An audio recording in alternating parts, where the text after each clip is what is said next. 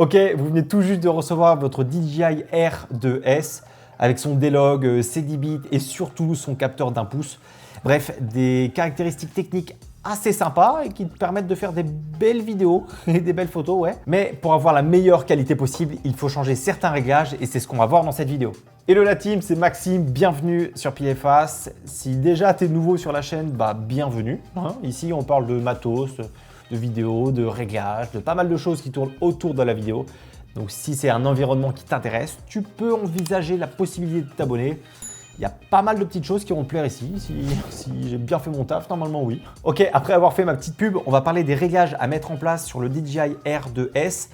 J'ai sorti une vidéo il n'y a pas longtemps où je vous présentais justement ce drone et je vous expliquais pourquoi je le trouvais incroyable. Et vous avez été pas mal à me demander que je vous fasse une vidéo sur ces réglages. Donc, here we go. D'ailleurs, on va voir les réglages dans l'application et on va y aller crescendo dans l'importance de ces paramètres. Et à la fin, je vous donnerai quelques petits tips que je pense qui vont vous intéresser. À mon avis, vous ne les avez pas trop entendus autre part. Je dis ça, je m'avance un peu. Alors, on va démarrer déjà avec les réglages vidéo. Déjà, quand on arrive sur l'app, première chose à faire, c'est de passer en mode pro. Donc, ça se situe en bas à droite pour avoir la totale maîtrise de tous les paramètres qu'on va faire en vol. Ça va nous donner accès aux ISO et aux shutters qui vont du coup impacter l'exposition de notre image, mais aussi et surtout la fluidité. Donc déjà, il faut toujours que vos ISO soient au plus bas possible. Plus vous allez monter vos ISO, plus vous allez avoir du bruit numérique à l'image. Et clairement, c'est pas joli, il faut du coup l'éviter, tu vois. Donc mettez toujours vos ISO à 100 et si à la fin de tous nos réglages, l'image est encore un peu trop sombre, là vous pourrez potentiellement les monter à 200, 400, voire 800 grand max. Mais bon, faut garder en tête que vous aurez un petit peu de bruit numérique à l'image. Au pire des cas, ça peut se rattraper en post-production, mais bon, faut quand même éviter. Donc gardez toujours vos ISO à 100 maximum. Ensuite, le shutter ou obturateur en français. Alors avec n'importe quelle caméra, on dit qu'il faut toujours mettre son shutter au double du nombre d'images par seconde à laquelle vous filmez. Donc si vous filmez à 25 images par seconde, vous devez mettre votre shutter à 1/50e. Si vous filmez à 60 images par seconde, vous avez compris, vous mettez votre shutter à 1/120e, etc. En fait, ça va vous donner le bon ratio pour avoir du flou de mouvement. Et le flou de mouvement, c'est ce qui permet de rendre votre vidéo naturelle et éviter d'avoir des espèces de saccades un peu chelou à l'image. Par exemple, si vous filmez proche d'un bâtiment, d'un arbre ou de n'importe quoi avec un shutter à 1/600e par exemple, il va y avoir une espèce de saccade, comme si l'image sautait. Et ça, pour le coup, c'est dû au shutter. A l'inverse, si on met le bon shutter, c'est-à-dire 1/50e ou 1/60e, la vidéo est tout de suite beaucoup plus fluide. Donc, gardez bien en tête que votre shutter doit toujours être au double du nombre d'images par seconde à laquelle vous filmez. Sauf que, si vous faites bien tous ces paramètres-là et que vous levez votre drone, l'image va être un poil cramée, de type blanc. Tu vois, tu vas pas voir grand-chose. Du coup, votre image va être complètement surexposée et c'est un petit peu de la faute de l'ouverture fixe qui est à 2.8. Du coup, on va être obligé d'utiliser des filtres ND. Ah oui, pour info, les filtres ND, c'est un petit peu comme des lunettes de soleil pour caméra. En fait, ça va filtrer la lumière du soleil pour exposer du coup correctement votre image. Ce qui est cool, c'est que les filtres sont directement fournis dans le pack Flymore Combo, mais pas de souci, si jamais vous avez juste le pack classique, vous pouvez les acheter séparément. Donc, vous mettez le bon filtre ND qui convient aux conditions et boum, vous avez une image correctement exposée avec les bons réglages pour avoir une vidéo cinématique qui est agréable à regarder. D'ailleurs, je vous montrerai à la fin comment choisir les bons filtres ND en fonction des conditions. Je vous ai même fait un petit tableau, alors tranquille. Ensuite, du coup, dans nos paramètres de base, on a le choix sur la résolution et la fréquence d'image. On peut filmer en 5,4K. Donc autant le faire, tu vois. Non, en vrai, la 5,4K, ça va vous donner une meilleure qualité, un meilleur piqué d'image et vous allez pouvoir zoomer dans l'image. Donc ça, c'est assez pratique si jamais vous en avez besoin. Vous pouvez aussi filmer en 4K ou en 2,7K, mais je vous déconseille quand même de filmer en 1080p parce que je trouve que le rendu est pas top. Et ça fait un peu cheap, donc essayez d'être à la meilleure résolution au maximum, c'est-à-dire le 5,4K. Ensuite, le choix de la fréquence d'image par seconde, ou FPS, comme on dit dans le game vidéo, tout ça. Alors, paramètre hyper important, forcément. Déjà, si vous les filmez au ralenti, vous allez avoir une espèce de crop assez important. Et moi, perso, ça me pose problème. Aussi, plus vous allez filmer dans une haute cadence d'image par seconde, par exemple 50, voire même 100, plus vous allez dégrader la qualité de votre image. Vu qu'il y a forcément plus d'images par seconde à 100 qu'à 25, c'est normal qu'à l'écriture, on perde un peu plus d'infos quand on filme au ralenti. Et perso, je n'utilise jamais de ralenti dans mes vidéos en drone.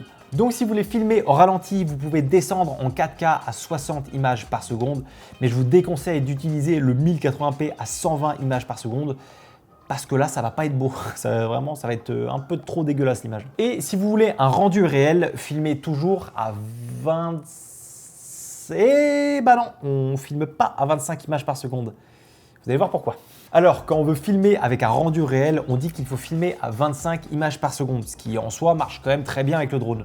Mais je trouve justement qu'à 25 ou 24 images par seconde, il y a une espèce de petite saccade à l'image, surtout quand vous avez des mouvements de caméra. Et moi justement cette saccade-là, ça me dérange. Donc si vous voulez avoir une vidéo bien fluide, filmez à 30 images par seconde. Comme ça, au montage, vous allez pouvoir ralentir votre vidéo à 80 ou 83,3% si vous montez en 25 images par seconde.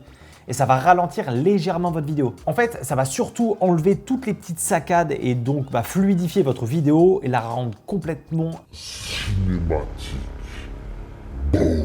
Après, il ne faut pas oublier que ça ralentit un petit peu votre rush. Donc si vous filmez une action, par exemple près de gens qui parlent ou qui marchent, restez à 25 images par seconde.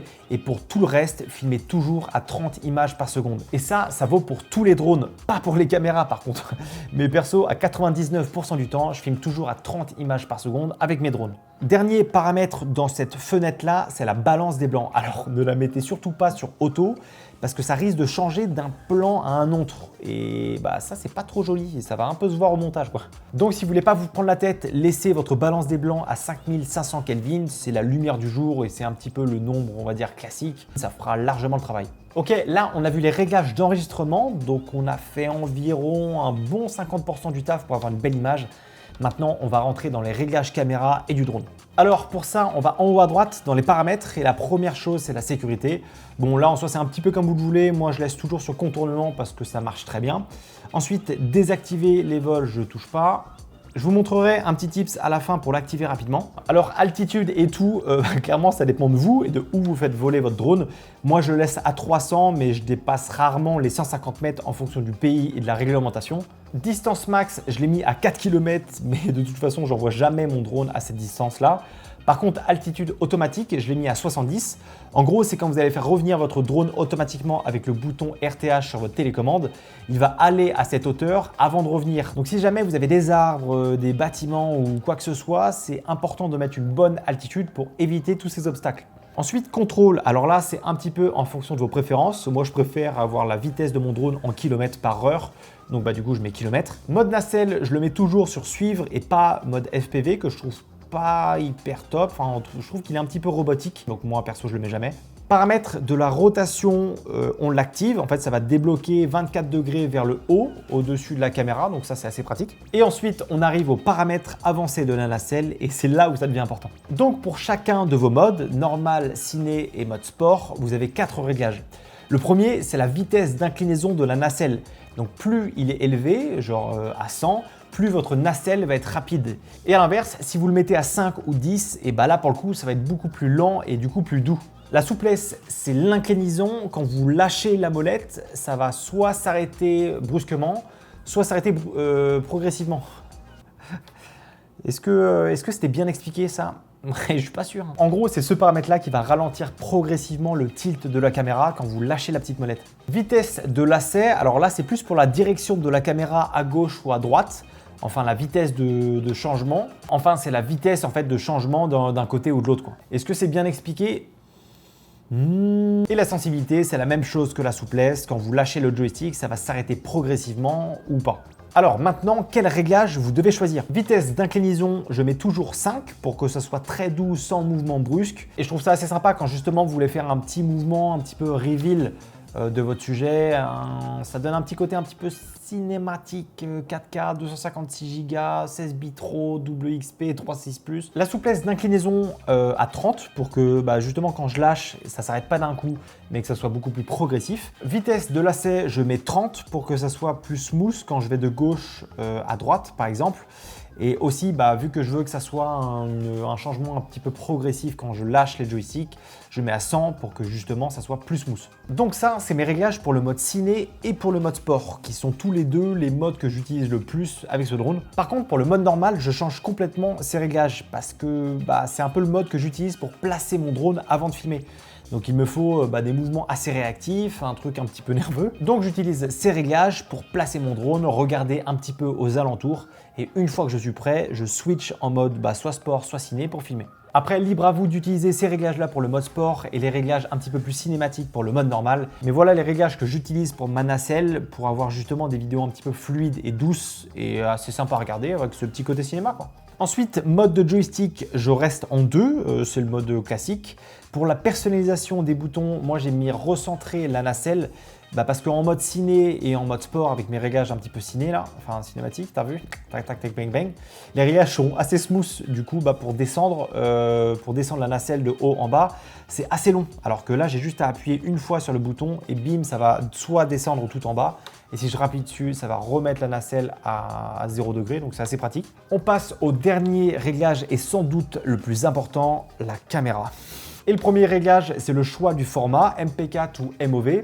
MOV, c'est un codec qui a été créé par Apple et MP4, c'est un peu plus pour Windows. Donc c'est en fonction de votre ordinateur. Moi, honnêtement, j'ai pas vu la différence dans la lecture de mes fichiers, que ce soit un MP4 ou un MOV. Mais bon, vu que je suis sur Mac, je reste en MOV. Et la couleur, alors vous avez 3 choix, D-Log, HLG et normal. Si vous voulez pas vous prendre la tête et pas forcément retoucher vos vidéos, prenez normal. Sachez juste qu'avec ce mode de couleur, vous allez perdre des informations dans vos hautes et dans vos basses lumières. Et vous n'allez pas pouvoir trop donner un style à votre vidéo en ajoutant une lutte par exemple. Donc je vous recommande fortement d'utiliser le profil D-Log qui est un profil d'image assez plat. C'est-à-dire que la vidéo sortie de la caméra va être assez décontrastée et assez désaturée. Mais une fois retouchée assez rapidement, vous allez avoir quand même une belle image avec beaucoup de détails. Et c'est clairement ce profil d'image-là que vous devez utiliser pour avoir la meilleure qualité d'image. On enchaîne. Pour vous aider à bien exposer votre image, vous pouvez mettre l'histogramme et l'alerte sur exposition. Ça va vous montrer où est-ce que dans votre image, justement, c'est cramé. Donc c'est assez pratique quand on débute ou quand on veut simplement être sûr. Perso, je le mets pas parce que honnêtement, ça me déconcentre et je sais pas, j'aime pas trop ce délire-là. Quadrillage, je mets toujours sur la règle des tiers pour bien composer mon image et j'ai mis aussi le petit point quand je veux justement garder mon sujet au milieu de mon plan. Focus picking, je mets sur normal, mais la plupart du temps, je suis en autofocus, donc bon, ça ne m'est pas trop utile. Et stockage, je mets toujours en carte SD, mais sachez que si un jour vous oubliez de mettre votre carte SD dans votre drone, vous pouvez toujours enregistrer vos vidéos jusqu'à 8 Go de stockage directement dans le drone. Et ça, c'est hyper pratique quand on oublie de la mettre.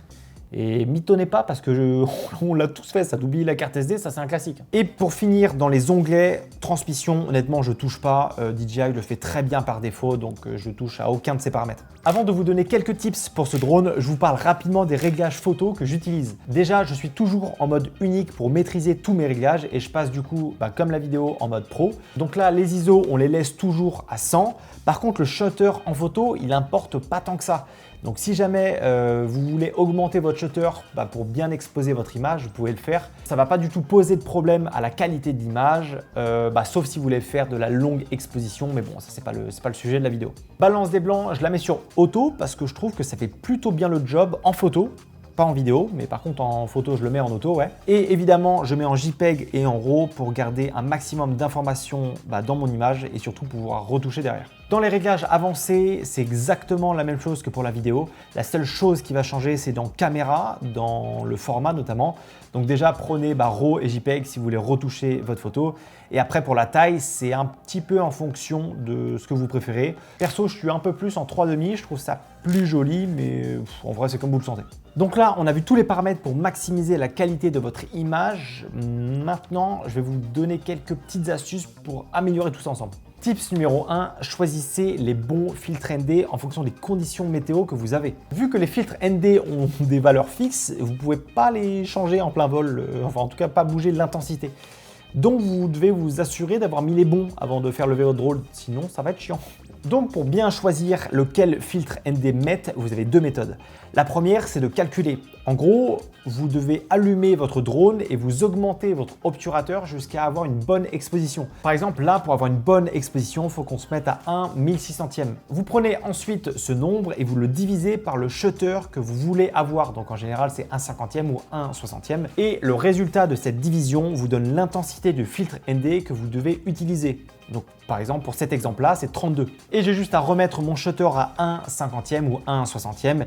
Je mets le bon filtre ND, du coup 32, et bim, mon image est bien exposée. Bon, après, là, ça tombe juste, mais de temps en temps, ça va pas être pile les bons filtres ND. C'est pas grave, prenez le filtre ND qui est le plus proche du chiffre que vous trouvez.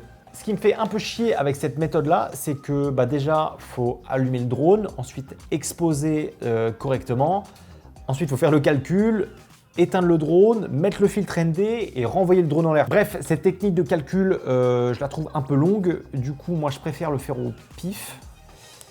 Et vous savez que chez moi, le pif, c'est...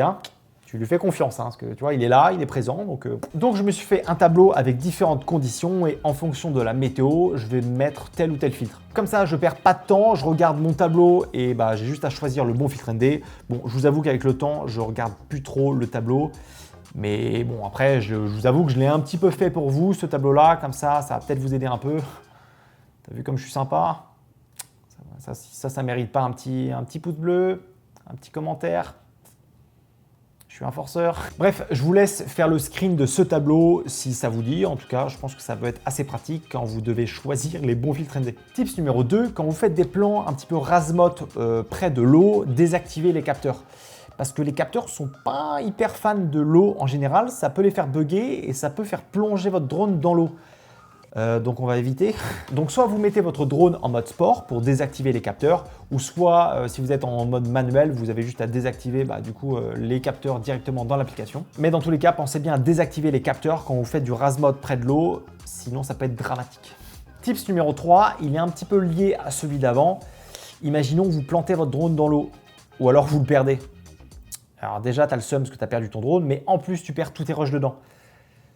Ça fait un peu chier. Mais vous pouvez récupérer les rushs que vous venez tout juste de filmer grâce à une fonction dans les paramètres. Cette fonction qui s'appelle l'enregistrement en cache, un truc comme ça. En gros, ça va enregistrer votre vidéo sur l'application, ce qui veut dire que si, par malheur, le drone perd son cœur, on pourra quand même récupérer les drones ou du moins les derniers rushs qu'il avait filmés et ça c'est assez pratique. Pour ça, vous allez dans caméra et tout en bas vous cochez cache et du coup vous choisissez le stockage que vous voulez en fonction de la disponibilité de votre téléphone, enfin du stockage sur votre téléphone. À savoir que si par exemple vous prenez 4 Go et que vous avez filmé par exemple plus de 4 Go, le drone va effacer les anciennes vidéos pour accueillir les nouvelles.